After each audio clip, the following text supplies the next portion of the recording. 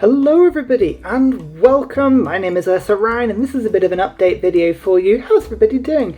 You'll have to forgive this sort of strange up-nose shot. We're very much in the middle of packing to move. We're moving house in 2 weeks' time, which is very exciting, but it means all of my equipment is in boxes, so hooray! You have a phone leaning against my monitor. It's not the best setup.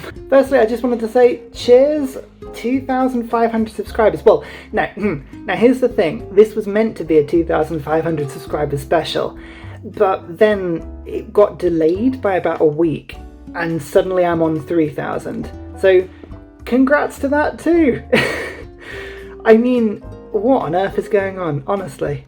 A couple of these really sort of spammy community posts ago, I asked you guys for some Q&A questions, which we're going to go through in a second. But before we get into that, I just wanted to say very quickly, I try not to plug it too much, but I do have a Patreon. Generally speaking, everybody has been so incredibly generous that I haven't really needed to plug it. But if you watch the channel and enjoy what you see, and you happen to have a few spare inheritances lying around that you don't mind... I'm kidding. It basically helps me to equip the channel, really, like everything down to the mic stand and the mic that you can see there, all the equipment.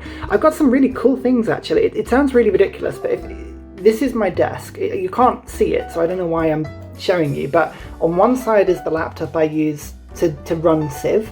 The other side is a second laptop that runs Elgato and Audacity, which kind of is what films it. But what historically I had to do, because my desk is only so big, I have a keyboard and I have a mouse, and every time I needed to switch from one to the other, I literally had to take the cables from one and put them in the other.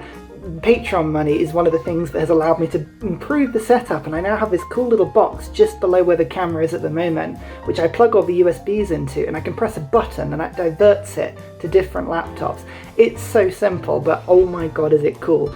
So as I say, the Patreon community is fantastic. If you did fancy supporting, then pop along and maybe sign up. One of the cool things about Patreon is that on Discord we have a sort of private community where I chat with them all. We have a video suggestions tab. They help me plan series. They help me basically, like, I sort of vent my ideas at them from time to time. They're a really cool bunch, so if you fancy joining in, that's fantastic. If you don't want to, or you don't have the money, that's totally fine. You can support the channel in another way by essentially just subscribing to the channel. It's the best way that you can help me get out there, because the more people that follow, the more the YouTube algorithm starts to plug me. I mean, last time I gave a call to action and said, do you mind putting a comment and like on the first video of the series? You guys jumped on it massively, so I'm not even going to say it again because my god, it was ridiculous. But I've noticed that as I've gone above 2,000 and then 2,500 and then 3,000 subscribers, the traction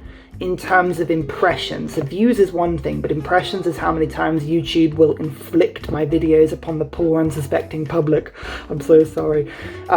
It's exponentially increased as people watch, so something's got to be working. I also wanted to say thank you to everybody joining in with Discord. The community is over 350 strong now, which, considering I made it as a sort of like, well, I'll make a Discord because it's what I probably should do as a gaming YouTuber, but I don't think anyone's going to really subscribe, and suddenly 350 people, it's absolutely nuts. So to all of you on Discord, thank you so much for everything you do. It's a really fun community. If you've got any questions about how to play Civ, things that I should do, mods you want to use, maps that I use, all of this stuff is on Discord.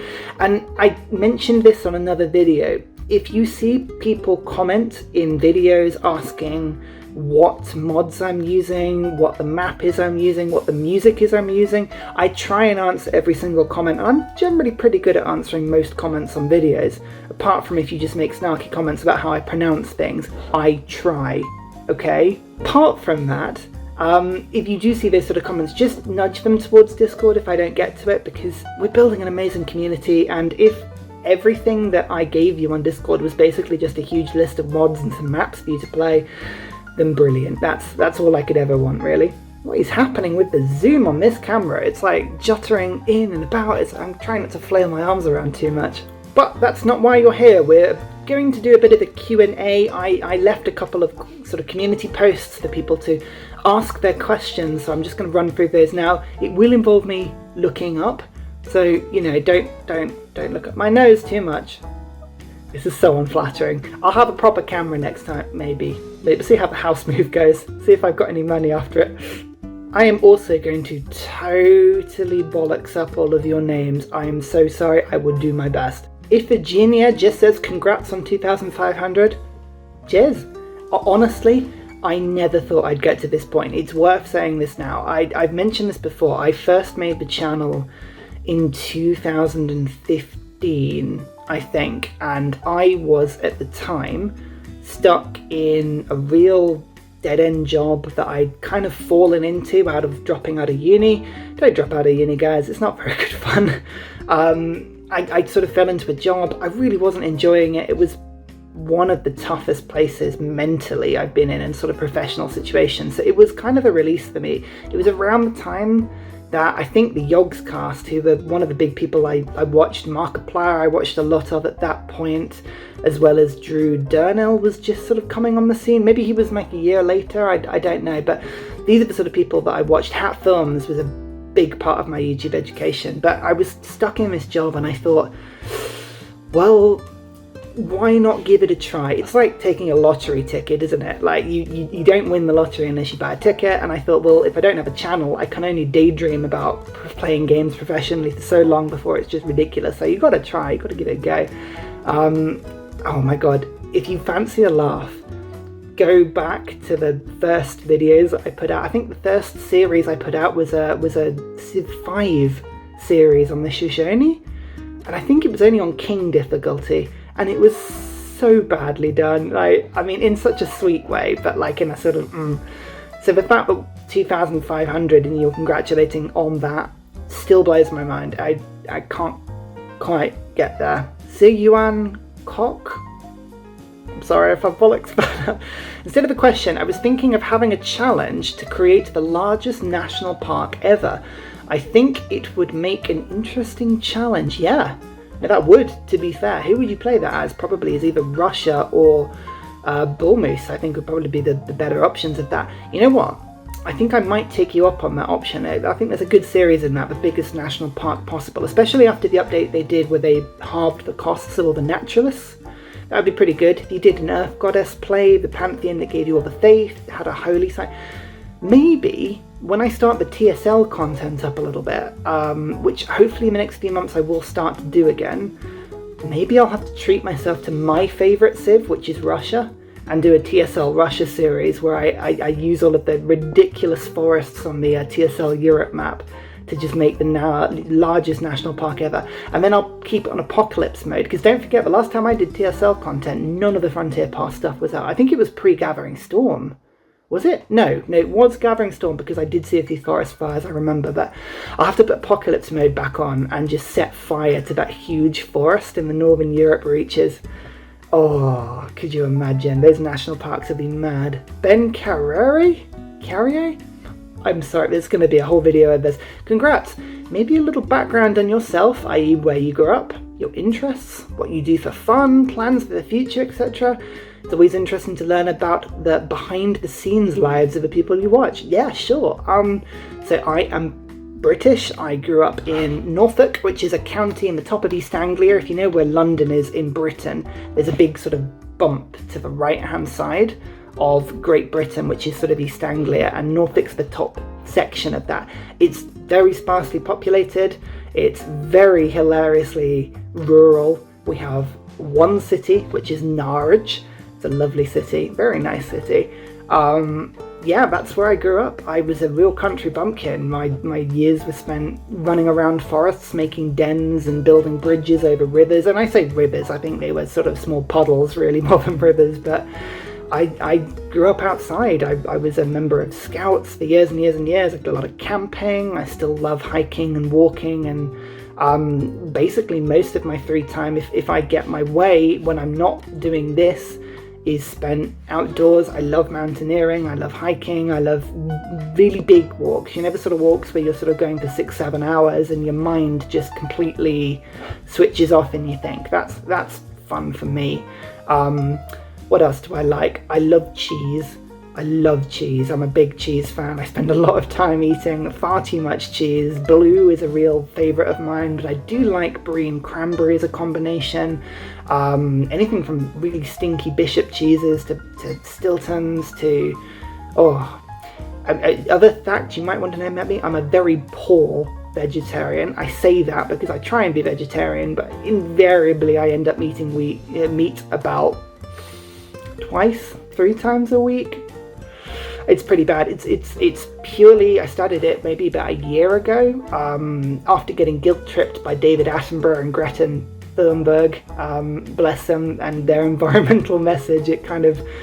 I felt a bit bad, so I've been trying to cut down. I'm not really a very good, but I'm limiting it. And cheese, invariably, if you ask any vegetarian, you just end up eating loads of halloumi. I can't say it's more healthy for you, but that's what I do. What sort of things do I do outside? I play games with friends. At the moment, we've been playing Sea of Thieves. I like Raft is good fun. I've been a huge Minecraft fan.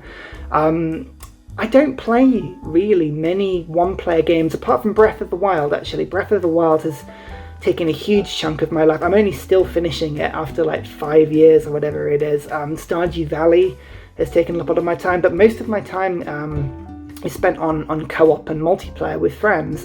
Huge Nintendo person. I always had Nintendo growing up, so Super Smash Bros., Mario Kart. Generally speaking, and this is a sort of challenge to people out there, I was the eldest of 3 brothers, and we played a lot of Nintendo growing up. I have not met anybody up until this point that can beat me in Mario Kart. That is not even a flex. All the way through university, through sixth form, through my adult life, I've played a lot of people on Mario Kart, and I can normally win by about 7-8 seconds, every time. So that's a little challenge for you. Practice your Mario Kart. Maybe we'll have a game sometime. But yeah, sorry, I got a bit sidetracked there. I lived in Norfolk. I left school and went to Oxford University for a whole whopping year. I did chemistry. I dropped out. Turns out consuming large amounts of alcohol and kebabs, not the best for learning. That's a whole other story. University for me was a real mixed experience, because on the one hand, I do genuinely feel that university is a bit of a joke with the amount of money that most people, but this is a very British thing. I think America and a lot of other countries where you pay to go to university, it's probably even worse than the UK, but in the UK you pay a whole lot of money to go to university, and in a lot of cases you're sort of left alone to kind of teach yourself, and the support and the welfare and the actual tuition side of university is incredibly poor in a lot of places. And Oxford, I think, survives on reputation. I don't know if Cambridge is the same. I imagine they're probably very similar, but you're kind of left to fester in your own sort of failure if you don't really do very well, and they're willing to cast you out. And I fell off the back of that. That is a whole other story. On the other hand, I met most of my good friends that I keep to these years, and I met my wife. So, it's got to be a good thing that I went. So I did a year there, and then I did a gap year in Oxford, which was hilariously good fun. If you ever drop out of uni, I would recommend staying for another year afterwards, because I was the party friend that I was always free. I worked at HMV for about half a year. If you've never heard of it, it's a UK firm. I think they do have it in other countries, but I think it may be bankrupt now, or going bankrupt, or threatening to go bankrupt every few years. But it was kind of like a shop where you could buy your games and your music and your DVDs and that sort of thing. Worked there for 6 months, and then I started what I do now, which is US and UK tax. I ask for people to subscribe, and I ask people to join Patreon. There's a reason for that. Us tortured souls end up in tax. Please save me, please. But yeah, that was about 10 years ago. I've lived in London ever since, and I'm now moving out of London as of in sort of a week's time once you see this. We're moving 320 miles north, all the way up to the north of England in Cumbria, into the Lake District. So bit of a dream for us that I still don't understand how it's happening, but it is. COVID has been a horrendous time for a lot of people, but there are opportunities from it, and remote working is one of those. So I've managed to, take an opportunity there. So yeah, big move for me, getting a new PC afterwards, which should enable me to do a lot of stuff. yeah, there you go. That's me in a nutshell, really. Theo Barr, I recognise you from way back, way back. You were one of the first people to subscribe and start commenting on my stuff, so genuinely, thank you very much. Room tour waifu reveal. Is that a bit Freudian? Stocking tips. Is that a Christmas thing? Whoosh is probably there. Feel free to do whatever you feel comfortable with. I tell you what, I'll probably do more of a room tour next time. At the moment, I mean, you can just about see bits. So this is the recording room. I say recording room, it's our spare room that we remotely work from. You can just about see in the corner, let you see the picture up there. I'll give you like an image of that. I have a mate who you actually will know from the D&D footage that I used to put up. A bloke called Sam, really lovely guy. He does the most amazing Photoshop art, and that is indeed Guardians of the Galaxy, and that is indeed me as the main character. I've never felt more Chris Pratt. You know what, I think if Chris Pratt ever got injured, I'm here, you know. But yeah, the rest of the room is totally filled with boxes right now, and we're in the middle of packing. You don't want to be inflicted on that, but yeah, maybe in a bit. I'll save that for the next one. Cool video idea. This is from Ben O'Donnell. Sorry, almost forgotten your name. Cool video idea. See what level AI bonuses you can give us without one of us winning. So I assume you mean this is sort of like a multiplayer thing. Well, we shall see about that. Multiplayer has been something I've been thinking about doing for a little while. I think if you do want to get involved in a multiplayer thing, what I would say is I would likely organise it through Discord, plug. So that would be the place to be where I announce that sort of thing. I can't guarantee I'm going to do multiplayer soon, because the one thing it does require is good internet, and it's going to be a little bit of time before we're settled. We're moving somewhere reasonably rural. I think the internet should be good, but I do need to test it. So I can't guarantee it's going to be immediate, but it's been something I've been playing around with as an idea. Saying about the AI bonuses, I mean, I assume you mean giving you guys an advantage to try and beat me. I don't know if you'll need them. I would like to say I'm pretty good at single player. It's always really difficult because the sort of people I speak to and talk to in the Civ community are people like Inquisitive Otter, Vector Cat, Sedux Lancelot, amongst a lot of other people. And those guys, I would say, are genuinely geniuses when it comes to playing the game. I think I'm pretty good. I think you guys know me by now that my niche in Civ is to be casually pretty damn good, but I don't min-max things particularly. I've never been a super fan of the crazy exploits, super sharp strategy, you know, you like take the one thing and you edge. I like a really well-rounded strategy. I don't actually know how that translates to multiplayer. I've never done too much multiplayer. Either I would be absolutely impossible to defeat because generally I play very well-rounded and you can't really beat me in any facet, or I'll play so well-rounded that you could beat me in any condition you want because you're way more focused. I don't know how it would play. So yeah, interesting. Although interesting, in Discord, somebody did mention, I think it might have been Johnny, my moderator actually, who mentioned there was a mod that gave you the bonuses of the AI. I don't know if there is a mod that actually can sort of specifically give bonuses. Maybe we could play a multiplayer game where people start on settler difficulty or warlord difficulty or something. I don't know. But no, it's a good idea. I like it. Wazowski YT, that's probably for YouTube, isn't it? I'm so sorry. This is going to only get worse. You should voice over people's multiplayer games and give them feedback. Great job on getting to 2,500. Thank you very much. Voice over people's multiplayer games. Now that would be an intriguing thing. The only thing about Civ multiplayer tends to be that games go for like 5-6 hours, generally speaking. So that would be a lot of watching in order to then voice over them. I also don't know if I have the authority to be able to actually legitimately talk over people's games and offer advice. I could probably make a joke out of it, but hey, no, that's pretty good. I think maybe I'd translate that idea, and if I ever played multiplayer, maybe I could play teams with people and then I could just joke if they weren't very good. Could be an idea. Jonathan Summers Harris. Here we go. Johnny from Canada asks, "Hey Ryan, love the content. You had better. You are contractually obliged to love my content. You must. I'm wondering why you stopped doing funny names for your cities. That was the only reason I watched your stuff. Cheers." Now, right, you watch it.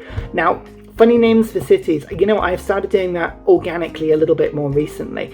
when it comes to city names, I don't really have an agenda. I see a lot of interaction on the community as to whether people like cities being renamed. Some people find it's a bit distracting from the content. Other people say it's a bit of a laugh.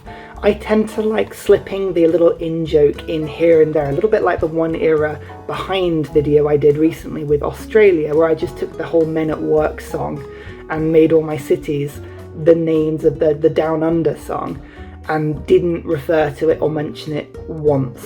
That's the sort of city names I like. I mean, unless I'm given a challenge. Maybe if I do more live streaming, I'll sort of interact a little bit more.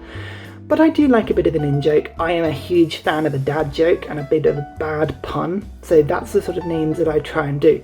I am a little bit aware that my accent is a bit all over the place. I'm very neutral but well-spoken British, but I've also got sort of like Norfolk issues and sort of middle county issues and London issues that have crept in with my accent, so it's kind of a bit all over the place. So I know that my pronunciation is terrible, so I try not to make fun of other cities and other civilization names too much, because I have no real right to. But yeah, generally speaking, you will see in-jokes from me, and I do appreciate it when you notice my in-jokes and congratulate me on the level of my humour, because I think I'm very, very funny. Ben O'Donnell then says, is there a model setup for that and multiplayer with us? I assume that's back to your last comment. I actually don't know. If you do know where a mod is, come to Discord and throw it at us, because I'm sure someone in the community will remind me at the time. Rares Suchia says, what's your opinion on Robin Hobb's books? Interestingly enough, Robin Hobb is fantastic. Now, if you like fantasy books, I do a lot of reading in my spare time. I've done very little reading in the last 12 months because this thing called YouTube keeps very rudely interrupting my evenings. But yeah, I read a lot of fantasy books. If you like anything Game of Thronesy or Pelennor-esque, or I'm just trying to think of some other book, Lord of the Ringsy. Yeah, Robin Hobb is just an amazing author. She has about, I think it's a she, I'm so sorry if it's not, about 6 or 7 trilogies now that all are chronologically and linked into the same world, and they're all on different perspectives. There's recurring characters, but there's also different storylines. I won't give any of it away, but I honestly think Robin Hobb is a genius. It will take a good chunk of your life to read them all, but if you like anything to do with merchants and Age of Sail and pirates, or you like dragons, or you like old sort of feudal British systems and magic, she is the author for you. Brilliant. Oh, good recommendation. Dan Thurman says, what is your favourite Civ and leader? Also, your favourite playthrough. Now that's an interesting one. I think you'll know my favourite Civ. I love Russia. Russia was the first Civ I ever played with on Civ 6. I think I randomly rolled a random leader start at the beginning. I got Russia, I got Peter. I love them. Even down to the... I think I like the Shoshone on Civ 5, and I love that sort of extra territory when you settle. That is so much fun. I love the fact that they're yellow. Huge thing for me. Yellow is by far my favourite colour. It's a Norwich thing from, if you're aware of the Premier League, I say Premier League, we're in the Championship now. But yeah, yellow is a brilliant colour for me, and if you hadn't noticed, my Civ playing tends to be very religion and culture focused compared to a lot of people. I'm a huge fan of getting a religion, but also using the religion to exploit other victory conditions, such as domination with crusading, or culture with reliquaries has been a really big thing recently, but also feed the world to pump through science or production, whatever it might be. So Russia just ticks all those boxes, getting all the extra faith, all the extra land, but also then getting the great writer points and artists and musicians with the lava districts.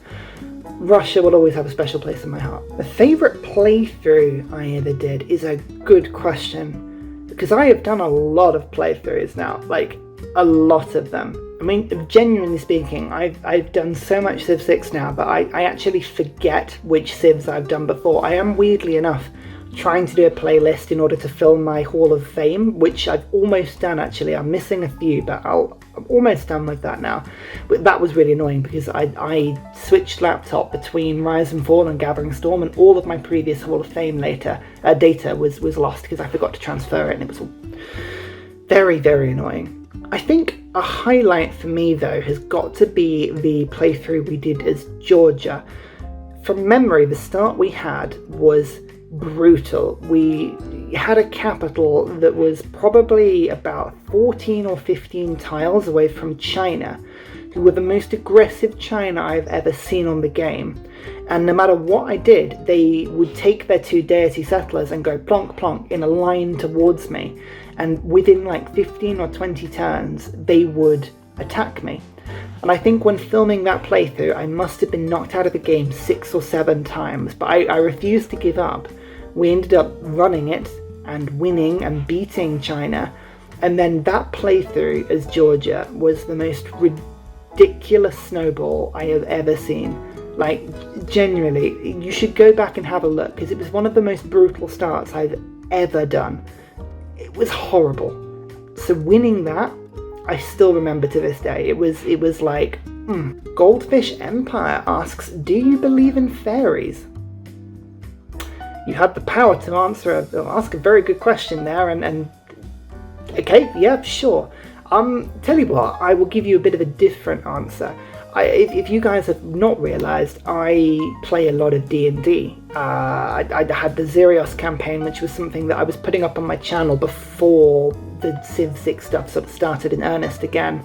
I like to think when we're still playing that campaign now, I just stopped putting it on YouTube because not many people were actually watching it. But I genuinely, from D&D, one of the things I love about it, and actually a lot of books, in asking sort of other series of books, there is one called Jonathan Strange and Mr. Norrell, which is a very, very big book, but it's a book about old British magic and fairies and the Fae in particular. I've always loved, as characters in books, the Fae as being these sort of very primal, very not evil, neither good nor evil, just animalistic and primal things.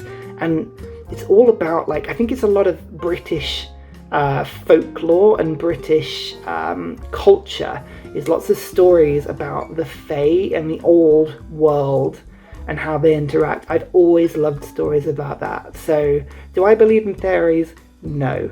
Do I love stories with fairies in? Genuinely, yes. JDG asks, best Steam mods of Civ 6? Love from India. Hello from London. Love to you too.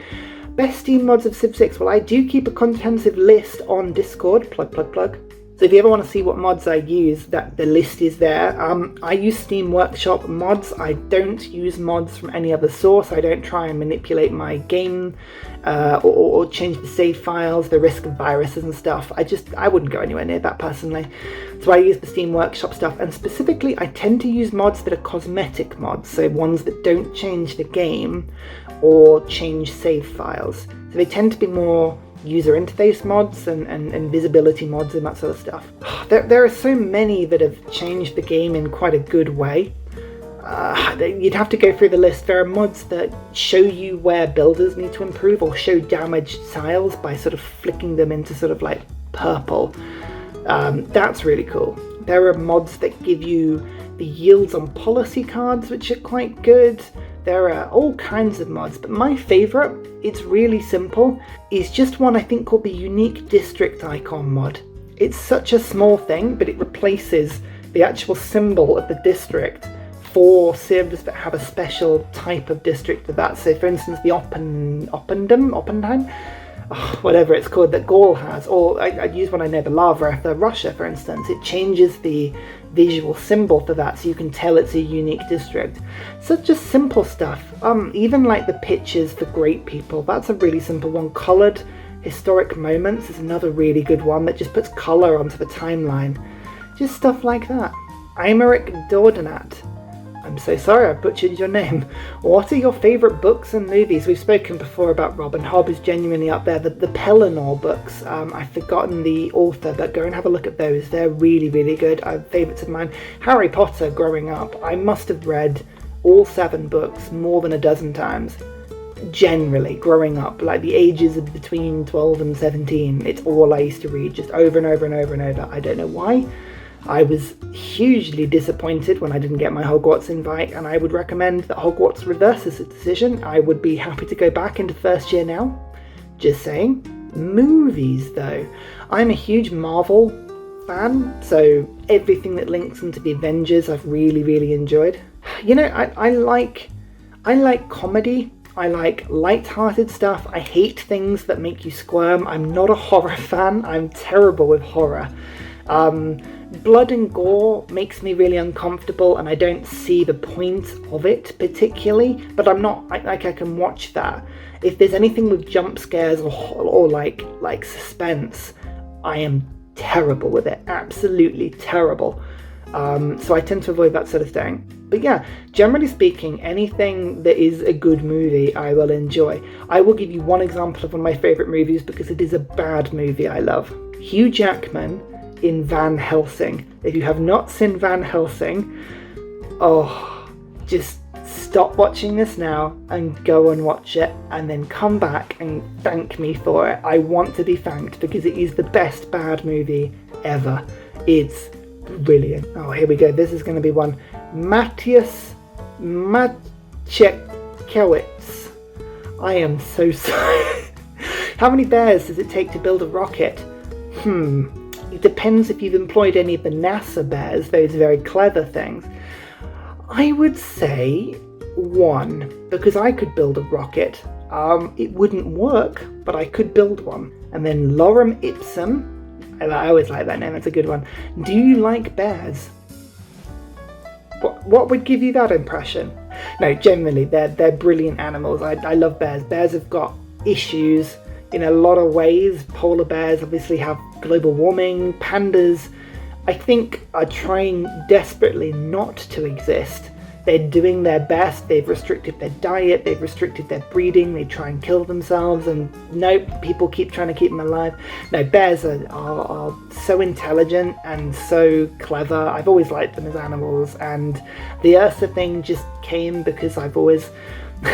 I can't remember if I've mentioned this before, but if you've ever tried to do stargazing, unless you've been taught it, the night sky is just a bunch of stars, and you look at one of these maps that has all the constellations on it, and you're like, this could mean anything, absolutely anything. But in the northern hemisphere, there is, to the north sky, a particular constellation called Ursa Major, which you would know because it is connected to and part of the Plough. The Plough is like 6 or 7 stars that sort of goes like, it's really, really, really distinctive in the sky. Like if you can see the sky in the northern hemisphere, you probably would have seen the Plough at some point. That's part of Ursa Major, so that's the only constellation I can ever spot. Ursa was always a thing from that.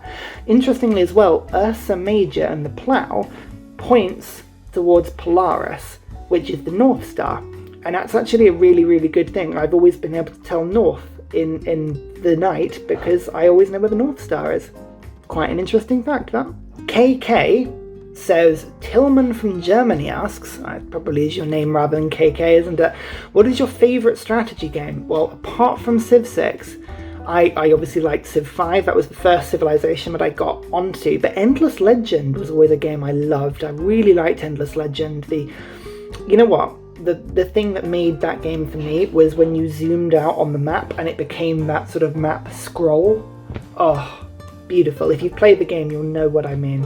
Otherwise, what strategy games have I... The City Skylines, Prison Architect, both of those have captured my imagination. I don't know if you call it a strategy game, but there's one called Colony Survival, which is kind of a tweak of Minecraft, but more with, like, you know, you build a colony. I don't know if you would call that a strategy game, but feels like one, and I always like those games. So those are all good suggestions, I would say. Bonnie Jr. asks, how many friends have you lost playing a Civ multiplayer match? Well, you know, everything is fine until you start a surprise war to take someone else's settler. So, I don't get to play much multiplayer Civ because it takes a long time. I have a full-time job, I run a YouTube channel, I don't get much downtime, and you know, most of the time I do have, I've got other competing priorities that takes a lot of my time, so I don't play much multiplayer. But when I do, I would say it's a little unfair on the people playing with me because I have almost 2,000 hours of Civ and I run a deity-based channel, so I tend to play quite well. I would say it's probably safe to say that I never play aggressively on multiplayer because it would be no fun, and I normally take my foot off the pedal when I do. So I'm very pleased to report I've never lost a friend. I tend to play, if I ever play competitively, I tend to play Hearts of Iron 4 more, because I'm terrible at that game. I am dreadful at that game. I put 2 playthroughs of that game up on the channel and I did terribly on both. It's a good representation of my ability there. Bats on Bikes says, comment. It's not a question, but I thought I would say that because Bats, I see you commenting pretty much on every video. Thank you, you're doing your part and I really appreciate that. Bonnie Jr. also asks, what's your favourite Civ? Also, why does the USSR anthem starts playing every time you start a religious game? I do play Russia a lot. Well, tell you what, seeing as you've asked again, if I wasn't playing Russia, which I think is my favourite Civ, I've always had a special place for Rome.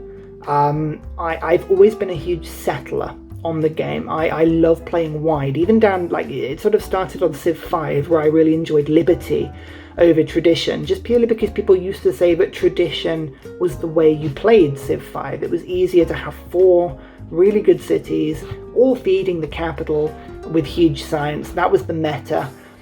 I hated that, so I would always deliberately play liberty. That's probably why I wasn't very good at it, but that's sort of what I did. It's the same way I like playing religiously on Civ 6, because people generally say religion's terrible. To you, I would say it's easier to master Civ by ignoring religion, but if you can master religion, you'll be better at Civ for it. So because of that, Rome has always been a favourite because of the 3 monument, the 3 road between your city and your capital is invaluable. All that extra culture, all the extra gold, and then having Legion is always really good fun. Although I do kind of miss the Civ 5 ability where you get production discounts if you built something in your capital. I quite like that. I wish they'd bring that one back. Otherwise, the Civ I come back to a lot is Bull Moose Teddy.